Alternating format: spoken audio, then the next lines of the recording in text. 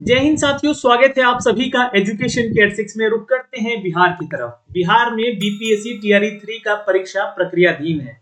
Election के mode पे ये बहाली निकाला गया, इलेक्शन खत्म हो गया, नए प्रधानमंत्री चुने गए और अब अभी तक बिहार में इस बहाली का प्रक्रियाधीन है। फरवरी महीने में इस बहाली की नोटिफिकेशन जारी किया गया था। 7 फरवरी डेट याद रखिएगा और 25 फरवरी लास्ट डेट था फॉर्म भरने को लेकर। ये मैंने आपको बता दिया, क्यों बताया है डेट के बारे में, इसको मैं आगे एलुब्रेट करूंगा।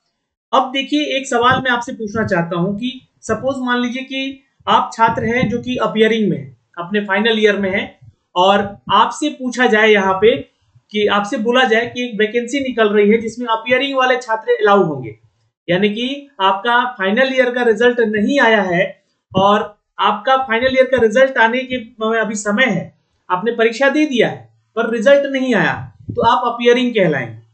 लेकिन वहीं पे आपका रिजल्ट जब प्रकाशित कर दिया गया है, चाहे वो इंटरनेट के माध्यम से हो, चाहे वो आपका फिजिकली आपका डॉक्यूमेंट्स आ जाए, तब उस समय आप क्या तो अपियरिंग नहीं कहलाएंगे, आप पास आउट कहलाएंगे। ये आप तो समझते हैं ना चीजों को। अब यहां पर एक विवाद उठा है। विवाद क्या है? तो पहला विवाद है सीटीईटी परीक्षा को लेकर, जहां पे 60% मार्क्स एटलीस्ट होना ही चाहिए। जिन छात्रों का 82 नंबर है ना कैटेगरी वालों में, वो छात्र भी यहाँ पर डिस्क्वालीफाई होंगे, वो असफल हो जाएंगे। यहाँ पे जिन छात्रों का 82 नंबर है, बात सुनिएगा, 82 का मतलब होता है 54.समथिंग%। और यहां पर आप लोगों को जो कि 55% चाहिए ओबीसी कैटेगरी के छात्रों को यहाँ पास होने के लिए, तो उनको कम से कम 83 नंबर या 82.5 से ऊपर का नंबर होना चाहिए, तभी आप जो है सिलेक्शन ले पाएंगे। पहला चीज, इसका मैं अभी आपको एक ऑफिशियल डेटा दिखलाऊंगा जो कि आपको प्रूफ करता है इस चीज को। अपियरिंग वाला छात्र के ऊपर जब आते हैं, तो मैंने अभी आपको बताया ना कि आप किसी भी परीक्षा को दिए हैं, जब तक रिजल्ट नहीं आ रहा है तब तक आप क्या है, अपियर है, लेकिन रिजल्ट आने के बाद आप पास आउट हो जाते हैं। अब मैंने आपको स्टार्टिंग में एक डेट बताया कि 7 फरवरी से लेकर 25 फरवरी के बीच में आपका ये एग्जाम का फॉर्म भरवाया गया और अतुल प्रसाद सर ने अपने प्रेस कॉन्फ्रेंस में ये बातें कही भी थी कि जब तक आपका रिजल्ट नहीं आता तब तक आप अपियरिंग हैं, लेकिन रिजल्ट आने के बाद आप किसी भी फॉर्म को भर सकते हैं। और बीपीएससी भी वैसा एग्जाम था जहां पर आप लोगों ने टेट परीक्षाएं दी थी, चाहे सी टेट हो या एसटीईटी हो, आप लोगों को अपियरिंग माना गया था। लेकिन एग्जाम फॉर्म भरने के पहले आपका रिजल्ट आ गया, आप लोगों ने आवेदन किया, इट मींस कि आप पास आउट छात्र हैं। तो इस चीज का भी मैं आपको प्रूफ दूंगा, इस वीडियो में बने रहिएगा अंत तक। सीटीईटी क्वालिफाइड आप छात्र हैं और आप परेशान हो रहे हैं, तो ये क्यों हो रहे हैं ये भी मैं आपको बताऊंगा। और सबसे इंपॉर्टेंट देखिए, एक बैकलॉग वाला मुद्दा, ये इसको लेकर काफी लोग वीडियो बनाए जा रहे हैं। अभी भी मैं उनसे रिक्वेस्ट करूंगा कि भैया आप लोग इस चीज को समझिए, क्योंकि मैं आज फिर इस वीडियो में वो बातें आपको बताने जा रहा हूं जहां पर बैकलॉग की सीटें नहीं जोड़ी जाएंगी। ये एक प्रक्रिया है, ये बैकलॉग सीट ऐड करने का। हाँ, मुझे दुख है कि सीटों की संख्या बढ़ाई नहीं जा रही है। ऐसा मत सोचिएगा कि मैं आपके इस दुख के घड़ी में मैं खुश हो रहा हूं, क्योंकि बहुत सारे लोग ऐसा कमेंट कर रहे थे। लेकिन आप बिना पढ़े बिना समझे चीजों को समझते हैं, आप इतने पढ़े लिखे लोग हैं फिर भी आप फेलुअर हो जाते हैं यहाँ पे इस चीजों को समझने में, तो कैसे काम चलेगा? तो इन सभी चीजों के ऊपर हम लोग आएंगे, ऑफिशियल डेटास के ऊपर बात करते हैं।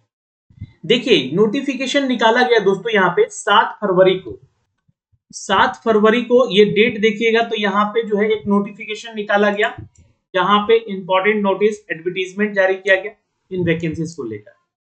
यहाँ पे हमने इसको डाउनलोड किया, यहाँ पे आपको मैं डेट फिर से दिखला देना चाहता हूँ। इसके लिए आप फॉर्म जो है 10 फरवरी से लेकर 23 फरवरी तक भरेंगे और लास्ट डेट आपका 25 फरवरी है फीस सबमिट करने का। आवेदन करने की अंतिम तिथि भी 25 फरवरी यहाँ पे रखी गई है। तो ये अब बढ़ेगा नहीं ऐसा बताया गया, इस बात का ध्यान रखिएगा।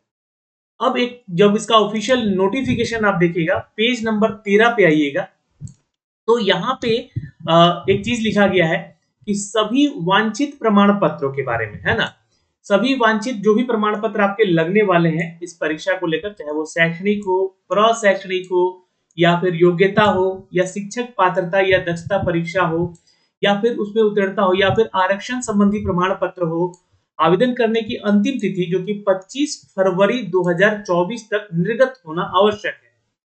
यहाँ पे जब नोटिफिकेशन में ये चीजें साफ साफ लिख दी गई हैं कि इस तारीख तक जो है आपका ये सारा डॉक्यूमेंट्स जरूरी पास आउट होना मतलब कि आपके पास होगा, तभी आप आवेदन कर सकते हैं। शैक्षणिक यानी कि जो भी क्वालिफिकेशन है आपका, प्रशैक्षणिक यानी कि बीएड या डीएलएड की बात हो रही है, और जो भी योग्यताएं हैं जैसे एज लिमिटेशन वगैरह का जो भी क्राइटेरिया है वो भी 25 फरवरी तक जो है आपका एलिजिबिलिटी होना चाहिए। शिक्षक पात्रता यानी कि एसटीईटी या सीटीईटी, तो सीटीईटी का एग्जाम हुआ था दोस्तों उसी बीच उसी दौरान, और रिजल्ट आपका कब आया था तो ये देखिए एक छात्र का यहाँ पर रिजल्ट है, ये प्रकाशित हुआ था दोस्तों जो कि ये क्वालिफाइड हुए थे, और ये 15 फरवरी को इनका रिजल्ट आ गया। इट मींस कि क्या ये पास आउट हो गए, क्या हो गए, पास आउट हो गए। तो पास आउट हो गए तो ये आप एलिजिबल हो गए, ठीक है, क्योंकि यहाँ पे बोला गया है इस नोटिफिकेशन में कि 25 फरवरी तक जो है ये सारे प्रमाण पत्र जो है शिक्षक पात्रता वाला या जो भी डॉक्यूमेंट्स है यहाँ पे वो निर्गत होना आवश्यक है। यदि विलंब शुल्क के साथ आवेदन देने का प्रावधान दिया जाता है तब उसमें उक्त अर्हता या पात्रता सभी संबंधी कोई भी अंतिम तिथि विस्तार अथवा प्रभावित नहीं होगा। ये बात अलग है, यहाँ पे वैसे डेट एक्सटेंड होगा तो बात अलग है, लेकिन यहाँ पे आप 25 फरवरी तक सारी डिटेल जो है आपके, चाहे शैक्षणिक हो, प्रशैक्षणिक हो या आपका शिक्षक पात्रता हो, ये सब कुछ आपके पास पास होना चाहिए। अब जो छात्र यहाँ पे पास हुए हैं, इनके पास ये क्वालिफिकेशन आ गया है, तो ये बिल्कुल आवेदन कर सकते हैं, ठीक है। तो इस पे अब कोई डाउट नहीं होना चाहिए, ये पहला डाउट आपका यहाँ से हमने क्लियर कर दिया। अब आते हैं दोस्तों यहाँ पे आपके परसेंटेज मामले को लेकर, है ना, परसेंटेज को लेकर देखिए 18 अप्रैल को एक नोटिफिकेशन जारी किया गया है। इसमें कहा गया था, क्या कहा गया था कि जो केस यहाँ पे संख्या है, यहाँ पे केस भी हुआ था इन सभी चीजों पे, आपको बता दें कि 18 अप्रैल 2024 को ये मामला कोर्ट में था। इन सभी चीजों को लेकर यहाँ पर एक न्यायाधीश में अपील किया गया, और ये इन सब का लास्ट जो डिटेल निकल कर आया उस पर क्या विचार हुआ ये भी समझिएगा। तो विषयगत मामला जो कि वादीगण को सीटीईटी परीक्षा पेपर 1 में 1 to 5 में 150 में 82 अंक जो कि 54.66% है, ठीक है। ये 82 किसको लाना था, तो ओबीसी कैटेगरी को। और जनरल को कितना लाना था, तो याद रखिए जनरल को कितना लेकर आना था मार्क्स, तो 90 मार्क्स लेके आना था, है ना, 90 मार्क्स लेके आना था। 90 मार्क्स बोले तो यहाँ पे आप याद रखिएगा 60% होता है, 150 का 60% क्या होता है, तो यहाँ पे देखिएगा तो 60% क्या होता है, तो 90 नंबर होता है, याद रखिएगा, है ना, क्या होता है, 90 मार्क्स होता है। लेकिन ओबीसी को 150 में से, है ना, 82 अंक यानी कि 54.66% लेकर आना, जो कि 55% के रूप में राउंड ऑफ मानते हुए सफल उम्मीदवार के रूप में चयनित सूची में शामिल करने का संबंधित है ये मामला, ठीक है। और अंकनीय है कि वादीगण की स्वीकार जो रिक्त है और है कि 55% अंक प्राप्त नहीं है, यानी कि आप अगर 82 अंक ला रहे हैं और आप सोच रहे हैं कि राउंड फिगर में हमारा ये मतलब 54.66 हो रहा है, तो ये राउंड फिगर में इसको हम लोग 55 मानेंगे, जो कि ये 55% एग्जैक्टली है नहीं, ये क्या है, तो ये है 54.66%, लेकिन चाहिए कितना, 55% होना चाहिए, यानी कि 82.5 मार्क्स आपका कम से कम होता, तब आप जो है ओबीसी वाले छात्र यहाँ पे एलिजिबल होते। और यहाँ पे अगर देखी जाए तो 90 मार्क्स होता जनरल कैटेगरी का या अदर स्टेट की कैटेगरी के छात्रों का, तो आप एलिजिबल होते, जिसके चलते बहुत सारे लोगों को बाहर भी किया गया एग्जाम से, है ना, रिजल्ट होने के बाद भी। तो यहाँ पे देखिएगा तो जिसके कारण इसका चयन सफल उम्मीदवार के रूप में नहीं हुआ है, ठीक है। अब माननीय उच्च न्यायालय दिल्ली में ये मामला गया, ये कोर्ट है पारित आदेश में संदर्भ में किया गया कि आदेश मेडिकल काउंसिल ऑफ इंडिया डॉक्टरों के रजिस्ट्रेशन करने के संबंधित है, ये मामला अलग था, ठीक है। यहाँ पर डॉक्टर प्रैक्टिस के लिए एक अर्हता, जबकि संदर्भित मामला प्रतियोगिता परीक्षा में प्राप्तांक राउंड ऑफ नियुक्ति अभिप्रेत है, तो इससे इसको कनेक्ट किया गया राउंड ऑफ फिगर, जैसे कि मान लीजिए कि 54.5 से ऊपर अगर मार्क्स है आपका, है ना, ये चूंकि क्या है कि 54.66 है ना, तो इसको 55 माना गया है इसके अधीन। तो यहाँ पे क्या कहा गया कि इसमें इन सभी चीजों को लेकर 2013 के एक केस संख्या था, उसमें उसका जो नियमावली था उसमें नियुक्ति के संबंधित नहीं माना गया। विषयगत नियुक्ति बिहार राज्य विद्यालय अध्यापक का यहाँ पे रहा 2023 के नियमावली के अधीन, जो कि नियम 5 के 2 में वर्णित है कि विद्यालय अध्यापक के पद पर एनसीटी के द्वारा समय समय पर निर्धारित शैक्षणिक और प्रशैक्षणिक योग्यता प्रभावी होगा, यानी एनसीटी ही इसको एडिट कर सकता है। ये भी इस संदर्भ में एनसीटी नई दिल्ली के इस पत्रांक संख्या को देखते हुए यहाँ पे निर्गत मार्गदर्शिका कंडिका 10A के प्रावधानित है कि राज्य सरकार अपने स्तर में प्रचलित आरक्षण नीति के तहत चाहे तो प्राप्तांक में छूट दे सकती है। तो राज्य सरकार चाहे तो दे सकती है। उक्त प्रावधान के आलोक में विभागीय ज्ञापन संख्या 7 जून 2023 के की गई समय कोटि और 60% अंक, जो कि यहाँ पे देखिएगा सामान्य कोटि में 60% अंक, पिछड़ा अत्यंत पिछड़ा वर्ग के लिए 55% अंक और महिलाओं के लिए भी 55 है, यहाँ पे आधार पे उत्तीर्ण किया जाएगा। इस प्रकार अनुसूचित जाति जनजाति के लिए 50% अंक लेकर आना जरूरी होगा यहाँ पे। और एनसीटी के द्वारा समय समय पर निर्धारित शैक्षणिक प्रशैक्षणिक योग्यता और ये नियमावली के तहत जो है राउंड ऑफ करने का प्रावधान नहीं है। अब नहीं है तो इसका मतलब साफ साफ है कि आपको 82.5 न्यूनतम अर्हता लेकर आना होगा सीटीईटी उत्तीर्ण होने के लिए। ठीक है, ये आपको यहाँ पे साफ साफ लिखा गया है। इस नोटिफिकेशन को समझने का बस आप इतना ही मेरा ध्येय था कि समझाने का कि आपको इतना दशमलव लेकर आना ही होगा। और जो जनरल में है उनको 60 मार्क्स जो है मतलब 90 मार्क्स 60% लेकर आना है, यानी कि 90 मार्क्स उनको लेकर आना होगा। और इनको 55% यानी कि 82.5 से ऊपर मार्क्स लेकर आना होगा।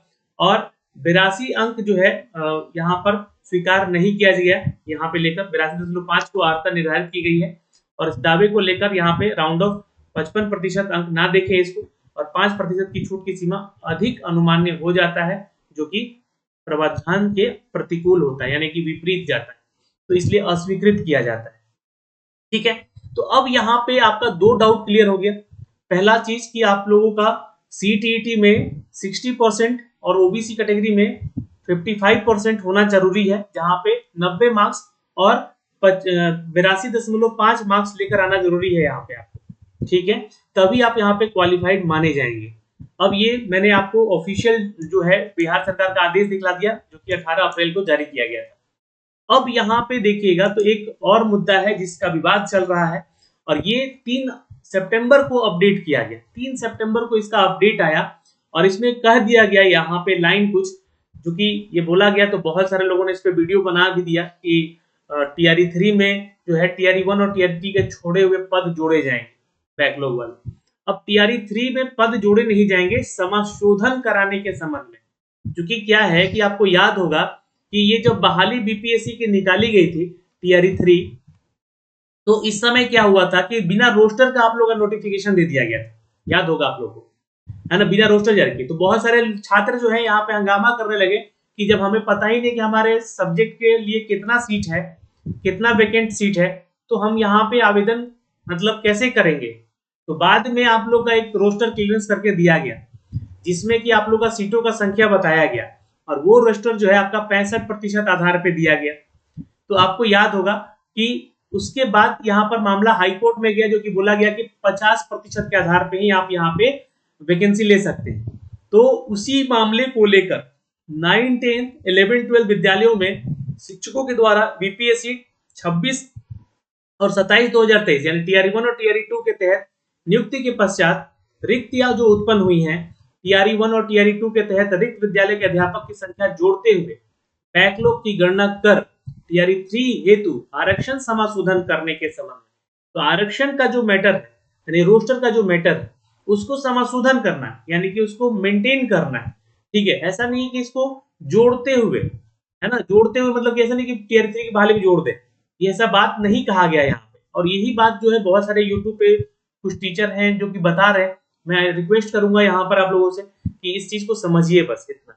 ठीक है, अब यहाँ पे महिलाओं के आरक्षण को लेकर भी बोला गया कि क्षैतिज आरक्षण 35% का दिया गया है ना। टीआरई 3 में समाशोधन कार्रवाई जिला पदाधिकारी कराते हुए 3 दिन के अंदर पत्र संलग्न पत्र निदेशक माध्यमिक और शिक्षक माध्यमिक जो है आईडी पर भेजने का कृपा करें, और पत्र के साथ संलग्न पत्र महिला 35% क्षैतिज आरक्षण के संबंध में सामान्य प्रशासन विभाग का जो संकल्प संख्या है, जो कि 22 नवंबर 2023 का उल्लेख किया गया था, उसके स्थान पे जो है 15 फरवरी 2016 का संकल्प संख्या 2016 को प्रस्थापित करते हुए पुनः प्रपत्र प्रारूप संलग्न करने का अनुरोध है, और आरक्षण समाशोधन कार्रवाई 24 घंटे के अंदर करवाएंगे। तो ये तो मामला उस समय था जो कि 3 सितंबर को बोला गया, लेकिन अभी तक ये मामला चल रहा है, अभी तक रोस्टर भी क्लियर नहीं है। रोस्टर क्लियर हुआ तो सीट घटा के दे दिया गया, तो बहुत सारे मैटर उठ रहे हैं यहाँ। तो फिलहाल यहाँ पे दोनों तीनों चीजें आपको मैं क्लियर कर चुका हूँ और आशा करते हैं कि इस पे अब कोई विवाद नहीं होगा। ठीक है, सीटीईटी क्वालिफाइड छात्र यहाँ पे हैं, आपका रिजल्ट 15 फरवरी को आ चुका है, तो आप यहाँ पे पास आउट हो गए हैं, क्वालिफाइड हो चुके हैं, तो आप अपियरिंग नहीं रहे। अपियरिंग तब होता है जब आपका रिजल्ट नहीं आता 25 फरवरी तक। और यहाँ पे सीटीईटी में 60% यानी कि 90 मार्क्स ओबीसी हैं, तो कम से कम 82.5 से ऊपर मार्क्स आपका रहता, तो आप यहाँ पे क्वालिफाइड होते हैं। तो ये सब कुछ मैंने ऑफिशियल डेटा इसका दिखाया। बैकलॉग की सीटें नहीं जोड़ी जाएंगी, इसका भी हमने आपको यहाँ पे प्रूफ दिखा दिया। तो आपकी क्या राय है, कमेंट कीजिएगा, जो सवाल है पूछिएगा। जय हिंद।